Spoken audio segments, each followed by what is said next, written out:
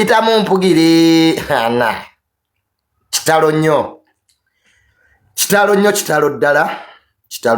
ddala bannaffe eggwanga lyonna likyali mu kiyongobero olw'okufa kw'omugagga Lajeev Rupaleria.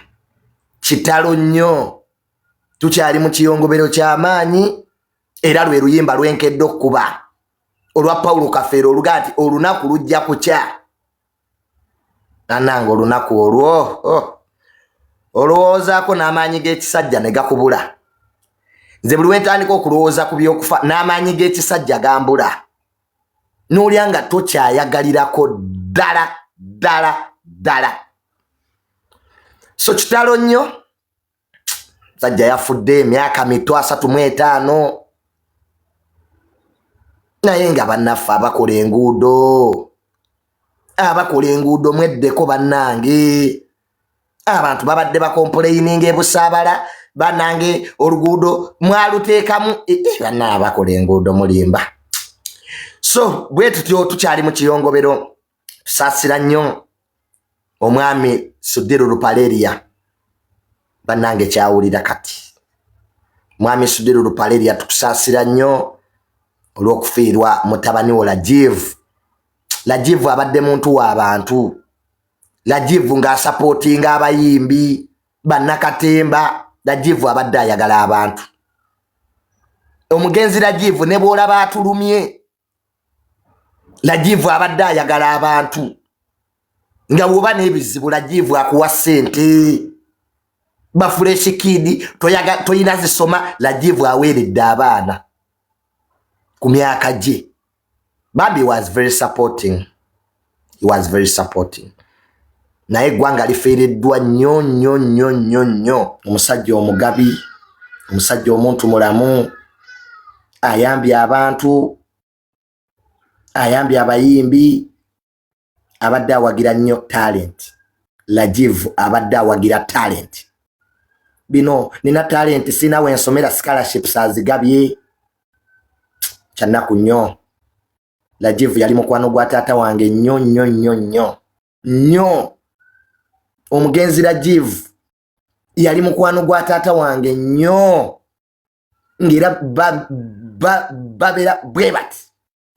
So kyannaku nnyo. Era bwe nawulidde nti amawulire nti Lajeev afudde n'emmere yannemye n'otulo ne tumbula. Kale ffe ababadde bamanyi ku mutima omulungi ogwa Lajeev bambi abantu balumiddwa nnyo. He was a good guy. Tayomba. Nga Lajeev tosobola musanga ng'anyiize. Is ever smiling. Nenga sente azigaba. Eri okaaba bw'olya. Era nzirayo. Nze nabadde siberangako ku nnyimbe z'abagagga. Luli olumbe twasuze tulya. Delivery ziri wali bannange. Cafe Java KFC. Amata bakuwa kikebe kiramba gwe weetoolerako. Bannange ate olumbe lw'abagagga. Era nze kasita zaweza usaawa nga 3 nabadde ntudde mu bimuli. Kati bannamawulire tebajja kuvaayo. N'abamawulire mwagala okulya. Abamu baleese ne keesi z'engoye. Mpaka lwakubiri tebadda waka. Banaabira eri mu kisaawe bannamawulire. Kulya kwe kwabatutte. Kulya buli. Kasita KFC ebisawo byayingidde baleese emmotoka nnamba. Anna. Omugenzi atulumye naye n'okulya nako tujja kulya goge mazima. Teri kyakola. So nzirayo mu lumbe lw'abagagga. Mu basipiika bayingira. Abanene bali wali bannange. Nalabyeko chairman Kirumira. Mukulu wange Hamu yabaddeyo. Owekitiibwa Katikkiro. Deputy Speaker omwami Tayebwa. Lumbe lw'abagagga ddala. So gye nabadde ekiro kiramba sinneebaka. Nga tuli awe tukungubaga, bwe tukaaba, bwe tunyolwa. Olaba ntunula tulo twereere. Nja kubeera ku lumbe omugenzi Rajivu mpaka lwakubiri until Tuesday. Naye motoka gye yabadde atambuliramu ya bbeeyi nalabyeko emmotoka eyo ya bbeeyi nnyo. Bagiyita Nissan NRT ya bbeeyi ddala. Eyo emmotoka omugenzi Rajivu gye yafiiriddemu ge gamu ku mamotoka agasinga ebbeeyi mu nsi yonna. Ya tabbu ate edduka. Jeko mukubeere yes Nissan GTR yes. Nedda eri gye nsoose okwogera Nissan NRT ate yo ndala. Eno gye yafidde bagiyita Nissan GTR ya tabbu. Ge gamu ku mamotoka agasinga okudduka mu nsi yonna. Ekozesa jet fuel. Amafuta ekozesa ganyonyi jet fuel. Eina horsepower lukaga nsanvu. Horsepower lukaga nsanvu. Eye motoka esobola okudduka okuva Kampala mpaka Masaka mu ddakiika musanvu. 7 minutes. Nga wasimbudde wano e Kampala oba Masaka mu ddakiika musanvu. Edduka. Ekozesa jet fuel. Mafuta ga MiG zine nyonyi enwanyi eza America MiG bikize ekozesa jet fuel. So motoka ya bbeeyi size ezaffe eza bulijjo. Era kyovulanga yayidde mangu. Era mwadde mubuza Junior lwaki emmotoka yakutte omuliro mafuta gaayo gaaka nnyo. Is combustion. Emmotoka eyo engeri gyeri nti ya bbeeyi amafuta gaayo gaaka mangu. Kwa wano lawumu zigwa ne zitakwata muliro. Wano bulijjo Mark X zigwa ne zigwa eri nga tewali wadde omuliro. Naye emmotoka eyo ekitono nnyo sente zoyinza ogifunirako biliyoni 2. Emmotoka egula biliyoni 2 eza Uganda ng'ate bakusaliddeko. So ya bbeeyi bambi yabuuse mu bbanga. Govana ku motoka etomera nebuuka ng'ennyonyi. Kasita yatomedde biri ebintu bye bateeka mu kkubo ebyo. Nebuuka. Yabuuse nga nnyonyi negwa wansi. Abantu ne bagezaako bambi okumutaasa naye nga amafuta g'emmotoka eyo jet fuel gangu amangu okwata. So it's very bad. Naye mwe abakola enguudo mweddeko.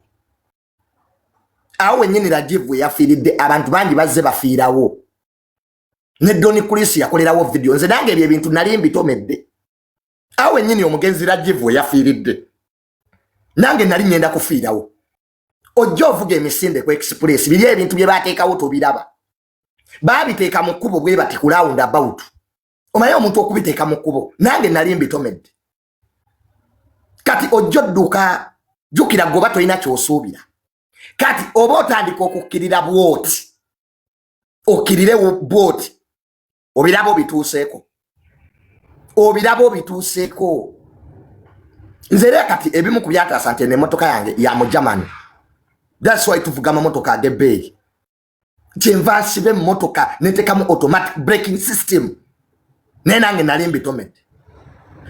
Abakola enguudo mweddeko. Abakola enguudo mweddeko. Omuntu teekawo reflectors.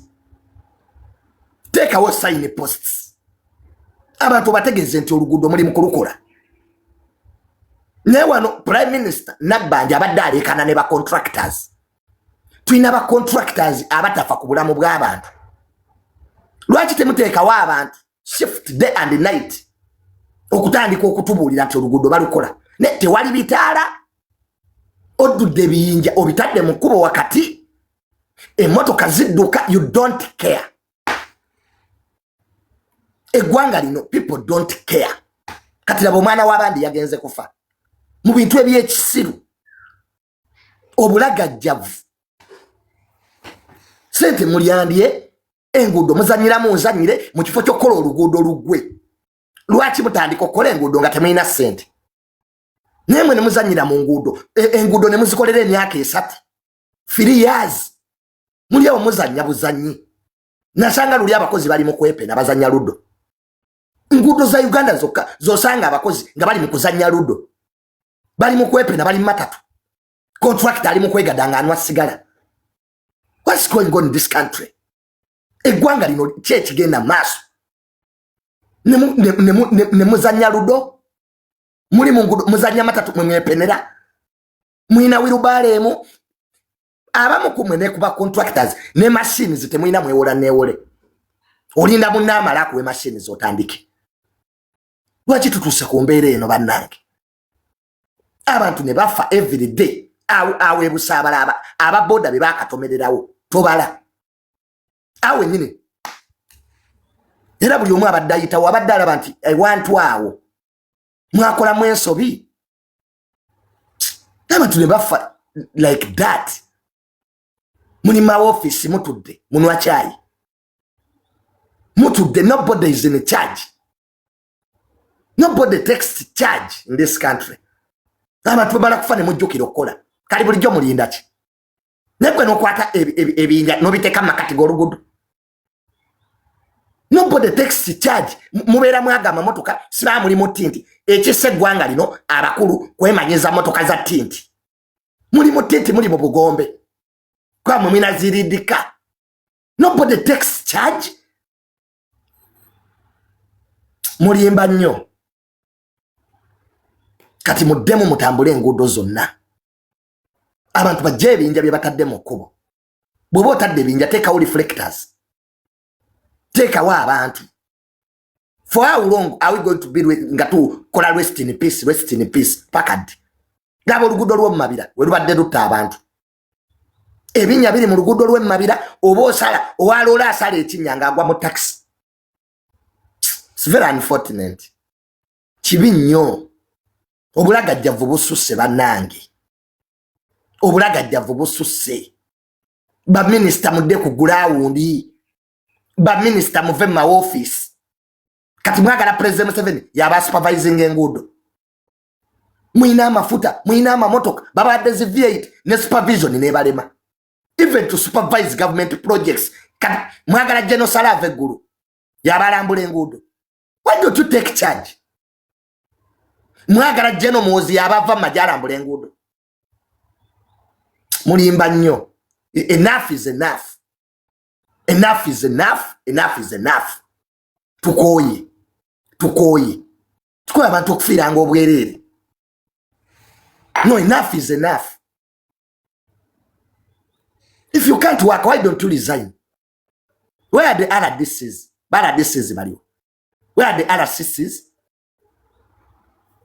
Mulimba nnyo. Ekyo tusinga baakira badda. It's very dangerous. Musima ebinnya temubibikkako. Amazzi ne gatonya abantu ne babigwamu ne gabatwala. Nina omukyala gwe nalaba ali amazzi gamutwala. Lwaki ebinnya bye musima ku nguudo temubibikkako? Negwe nosima ekinnya n'olekanga kyasamye lwiri. Take charge.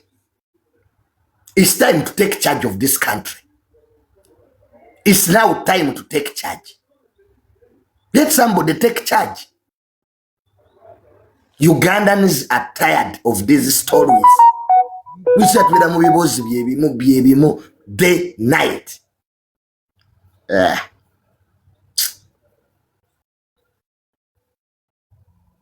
Let us take charge. Human life is important. Never contract bali yoko. Kati waliwo gwe bawo oluguudo lwa Industrialia. Oboya ali kubiki. Nozani bypass yetagwa yabaki. Laba nozani bypass bazanyira munzanyire. Lero we bakolokota wano myaka 18 nozani bypass terigwa. Babanga abamaze ne baddamu ne bakolokota. Ate roundabout tezaina kuba mwali muteeka muzaaki. Yeah. Nozani bypass yali ewedde. Mbate roundabout tezaina kuba mwali muteeka muzaaki. Bubbi bwe bubasumbuwa. Kati mwagala kumala mubeera mubba amafuta mubba material. Tebaagala kumala milima. Kubanga emirimu bwe jiggwa baba tebafuna. Ne mukwate enguudo ne muziteeka mu budget oluguudo lumu ne muluteeka mu budget emirundi 3. Muli awo mubba bubbi. You don't want to finish these jobs. build the job. Amanga malala gonga kazimbe enguudo n'eziggo. What's wrong here? Look at laba Kenya. Kenya bazimbye highways ziggwa. Ne wano ne beepena. Ekyo basanga bali mu butogo. Contract ali mu bamalaya. Oluguudo ne twala emyaka 3 luli awo ena abantu we bafa. Ne mukwata abachina aboogera Oluganda ne mubawa enguudo. Uganda we wali abachina aboogera Oluganda. Moye Chinese investor.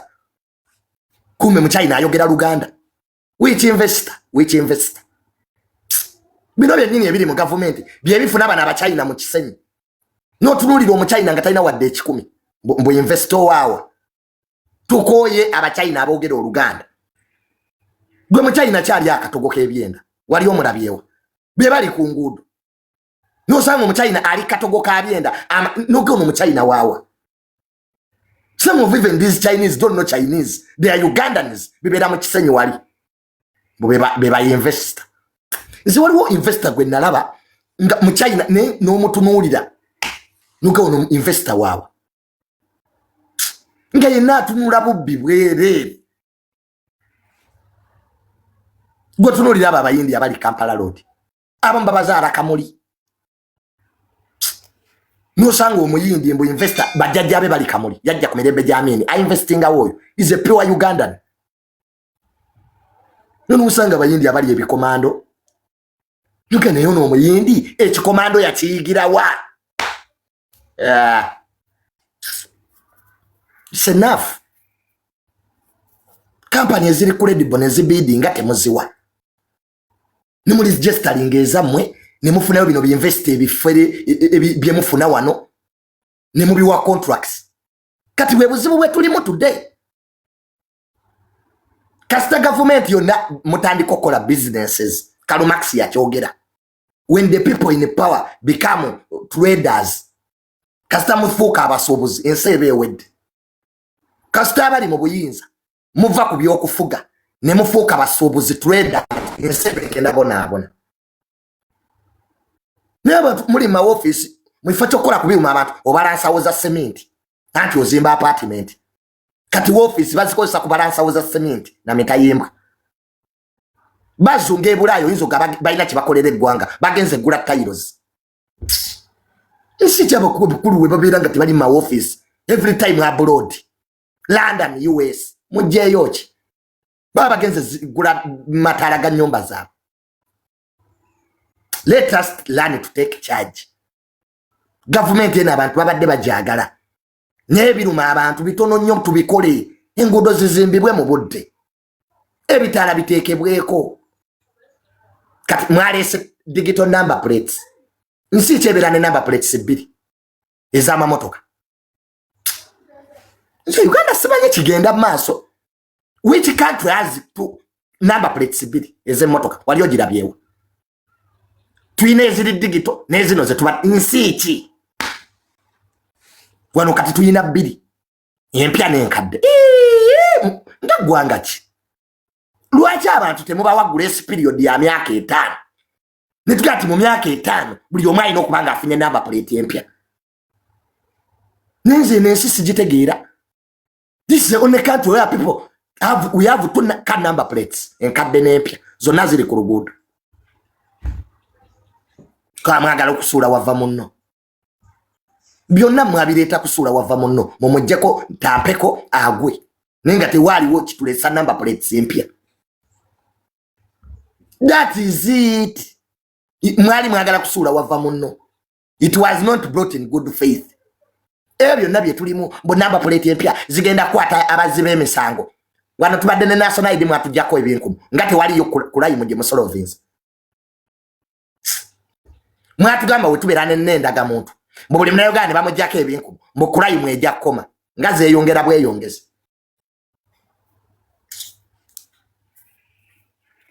Let us be organized. Ekizibu ky'eggwanga lino tetuli organized. Bw'oba oleeta number plate empya abantu bawa obudde bwa myaka 5, 5 years.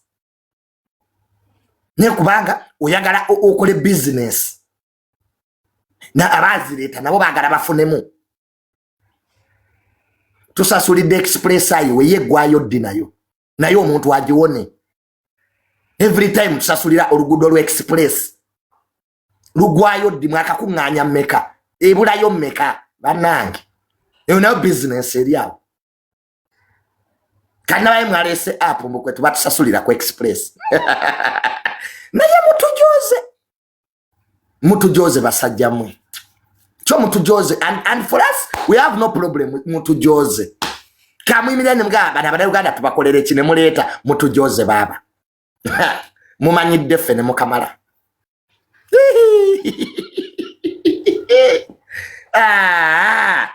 ketusasule ate tunaakola ki munnange wetubyogerako mbu tuli babi naffe kati twasirika.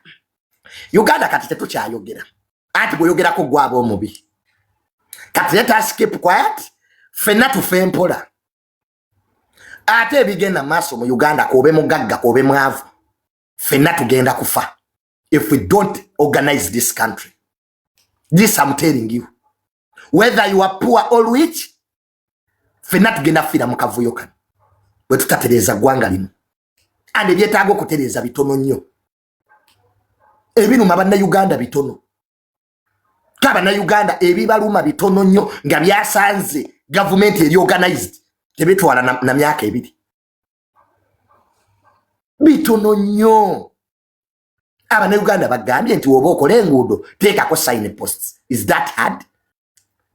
Is that hard? Abannayuganda bakugambye bwoba waba contractors enguudo waba contractor abasobola. Is that hard to give credible contractors to organize these roads?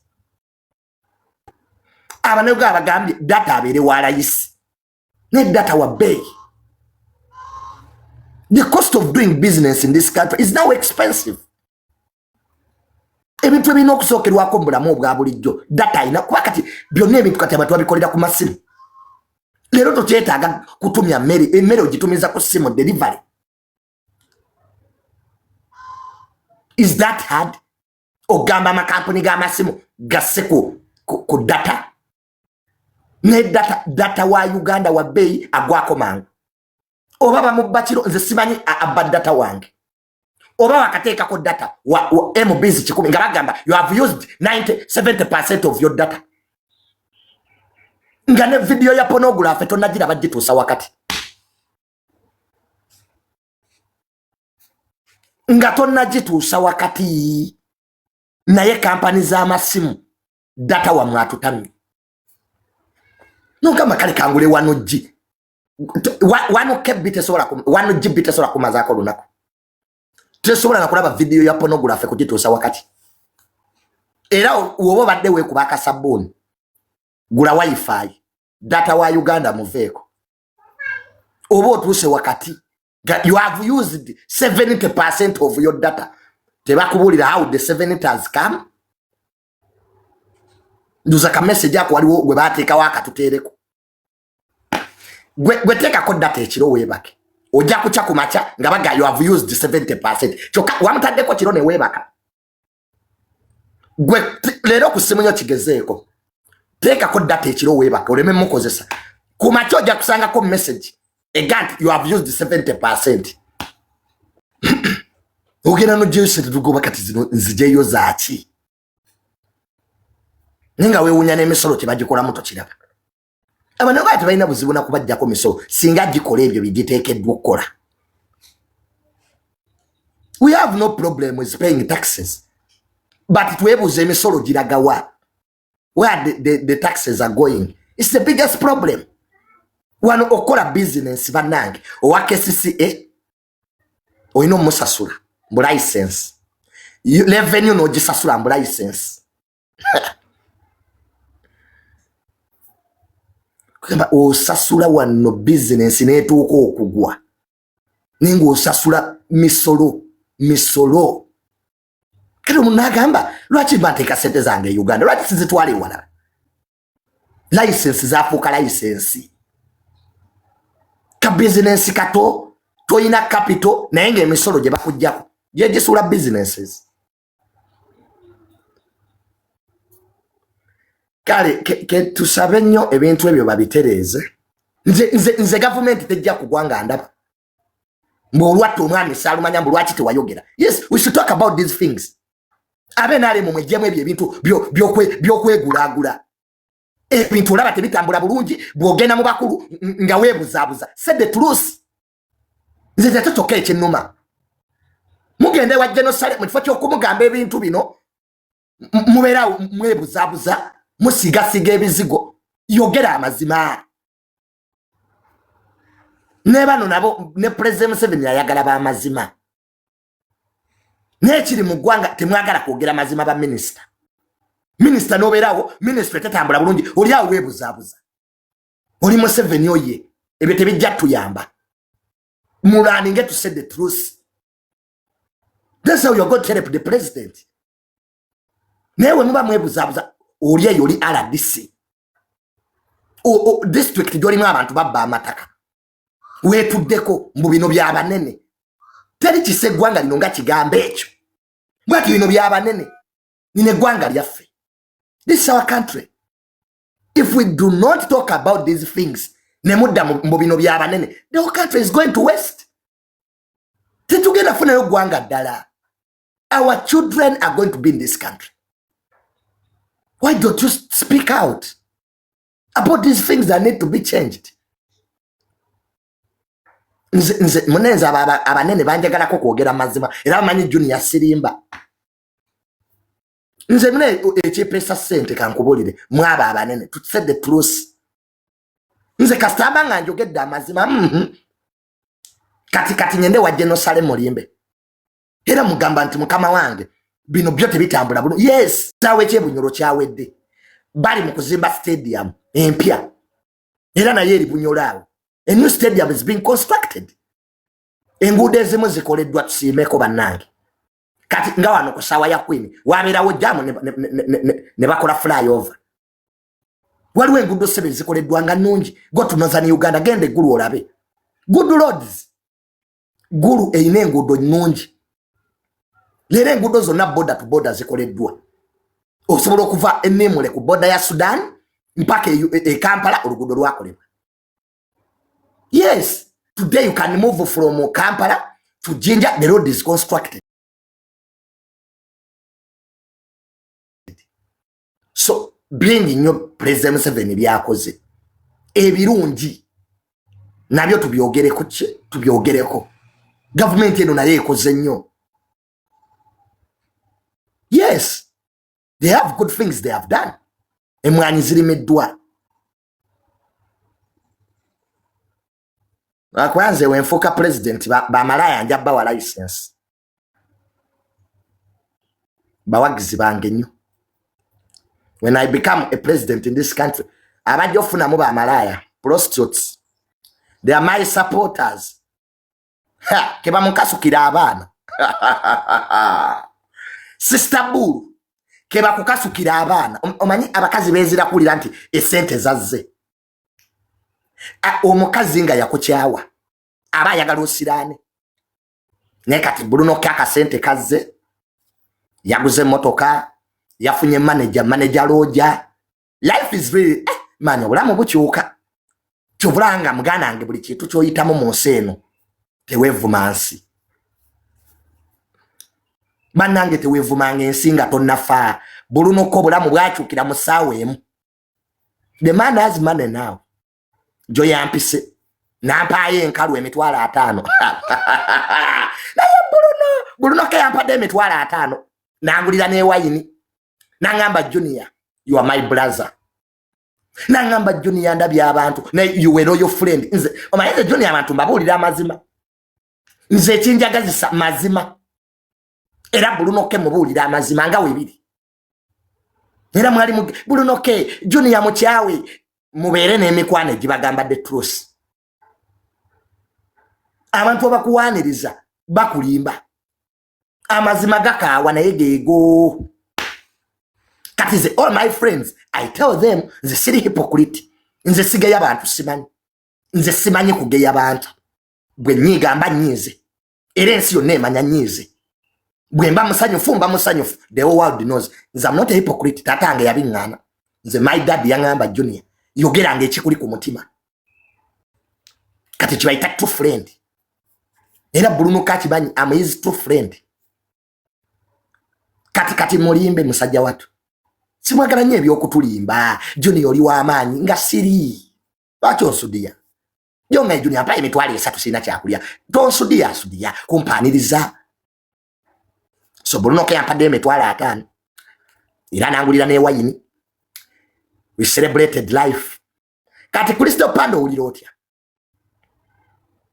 Crystal Panda, kati how do you feel? Nga Bruno kaguze motoka empya out of obutangalizaabo. Okay, Crystal Panda, how do you feel? Abantu abatulwanisa mutwongera mikisa. Buli woolwala n'omuntu n'olwanisa omuntu ate Katonda amuwa. Ate kyubbane mu kiyigi. Buli woowala n'omuntu n'okola omuntu obubi ate Katonda gy'amuweera omukisa. Kale kati siga Crystal Panda wasirika. Siga Bruno ke byonna tabiina naye kimwakyo Crystal Panda you have a lose mouse.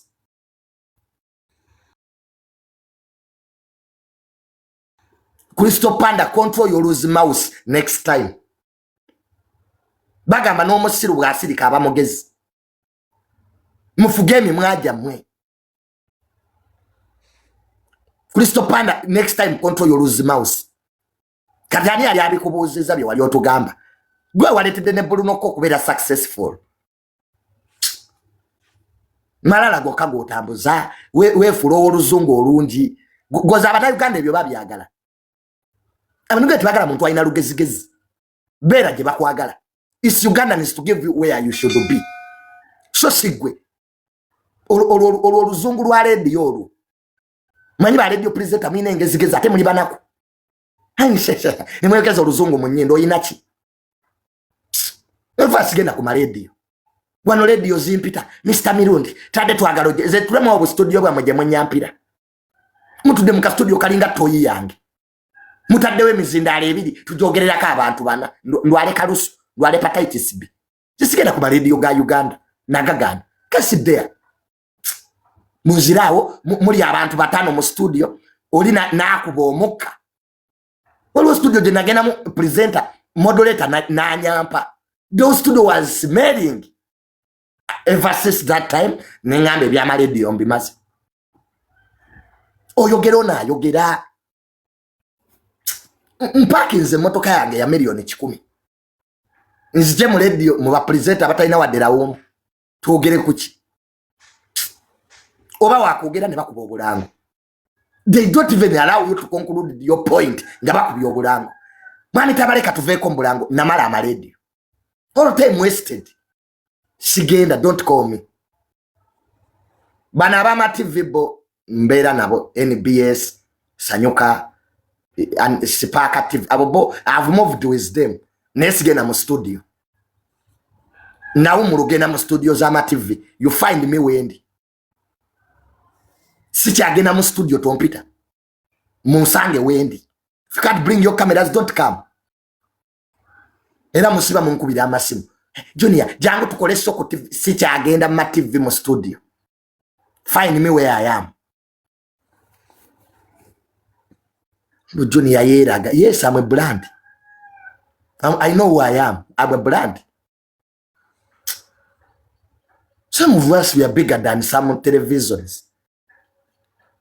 TVs are mwabambazira ba mubika bafu. As we are watched every day. Kati find me where I am. Polisi yerubo abagikubye eyo story sijja jogerako. Ani yakubye polisi yerubo wasijja byogerako nange bayinza okunkubiramu. Gwe polisi tije bakuba osemego. Sibimanyi byaliyo. Polisi yerubo I don't know anything. Sibo nange mwagala bankubiremu. Ababa kubasiba manyi. Sinache manyi. Era aba polisi mwankubidde aberubowa Junior ne batukuba notabyogerako if kati gwa polisi olaba kukuba atenze tuleke munange if people ne Uganda eno if people can cane police post ne bakuba abasibe ne bakuba OC ne bakuba DPC ne bakuba aba polisi kati olwonze Sibamanya abakuba. I don't need to know them. Mwemwe n'abakuba police ye Lubowa sibalina akobuzibu sibamanyi. Era sijja bogerako. Emboke yali Lubowa awo. Ojibozanga bagalamiza Osine bamukuba misana tuko. N'aba police abali mutoyi babakuba. Nze tebajja kunkuba sibamanyi. Era sijja nakubyogerako mbikomezaawo. Drone ekukimiraawo. Kwanga lino lyakwegenderereza ddala. Era luli nalabye drone ejja nenziruka mu nsiko. Kumbe yabadde ya taxi. Ayizula drone empakinga emabega. Nadduse emisinde. Mbeko abakulu benkubira. Nagenza okulaba yaba tourists nenkomawo. Nze saagala drone kunninana. I don't want any drone near me. Nze nebwenda ba drone ngeyitawo nziruka nenzira mu nyumba. Watya nyo manye emigo gwe muvubuka omanye ekiri mu drone ezo.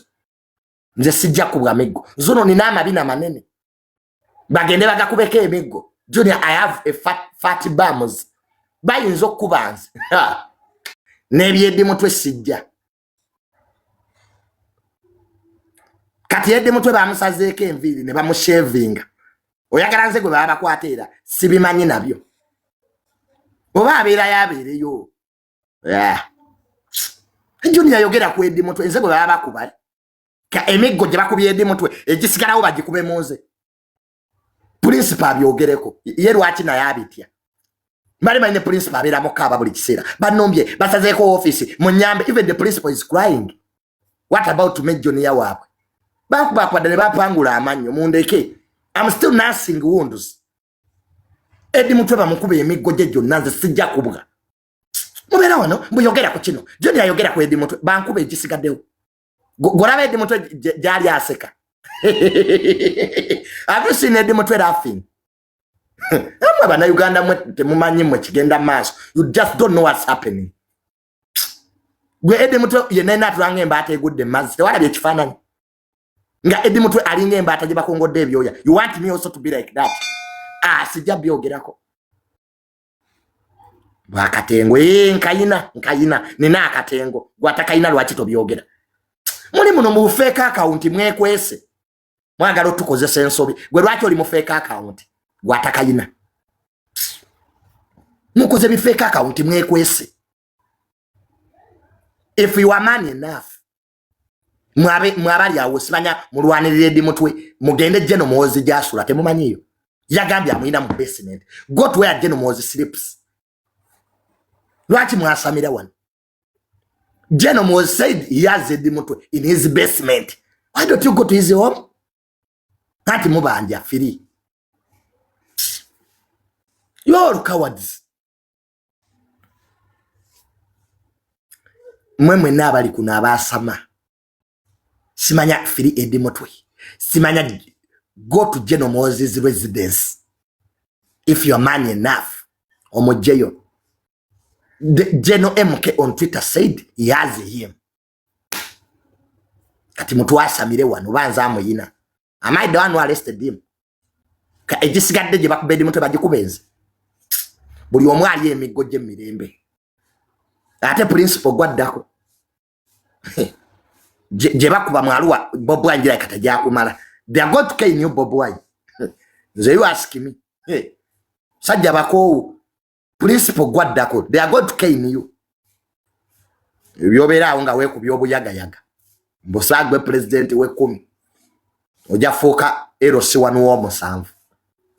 You are the one next. Gwano byani lyayogera. Kastaba mazo kubedde mutwe principal gwaddako. Anti Muhoozi aba America. Where are the Americans? Nze nebyo obufuzi nabiwumula. I'm a retired politician in this country.